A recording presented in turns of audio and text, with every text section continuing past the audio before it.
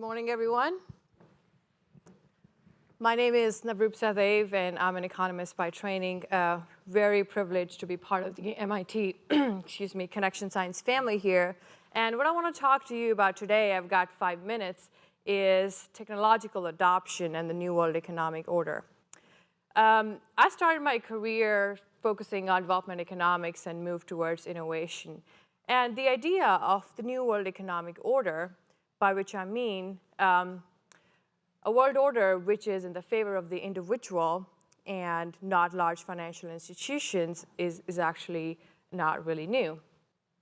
The United Nations, back in 1974, adopted a declaration for the establishment of the new international world order, which focused on equitable trade terms and the part of the North-South divide and the dialogue that could facilitate this divide.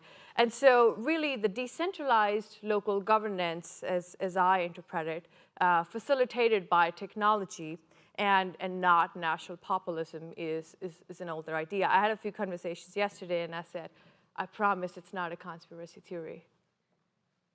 So the United Nations has 17 sustainable development goals and 169 targets. Achieving them would mean attainment of these goals. So this is part of the 2030 Sustainable Global Agenda that we need to achieve in order to achieve prosperity and remove poverty and those sorts of things. And so the question really is that, why should I care for sustainable development goals? Well, it helps you focus purpose in business, helps attract capital, it helps drive growth, and it helps to address risk. And if you still don't think that is something you should care about, well, too bad, you're screwed, because guess what? Your customers do. So this data is from US Trust, where 87% of the millennials care about their investments. The high-worth individuals care about where the money is going. Also, very proud to say women care clearly a lot about the fact that their investments are sustainable. They account for the environmental and the impact-related considerations. So the big question is, can technology help achieve these global goals? Are we at that point where technology can facilitate the achievement of these goals, which was not possible before? So my thesis of this is there are these fourfold conditions that need to hold true at the same time. This is decentralization, which impacts the distribution of value in the system. Security, because it helps to prevent systemic risk and avoid cascades.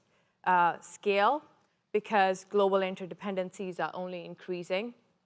And speed, because the technology of the future needs to support the pace of commerce and globalization.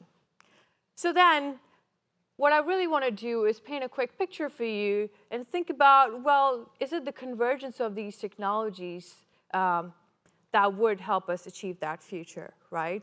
For blockchain, as a future infrastructure technology, can help raise trillions of dollars to achieve the SDGs and the finance that's needed. A systemic shift from being merely shareholders to being stakeholders.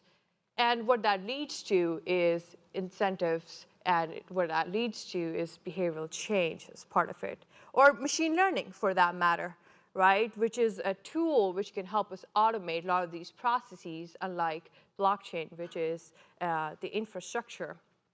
And the unprecedented precision that we can achieve. It can help us mitigate systemic risks by early identification and unleash imagination. And that's aligned with our theme today.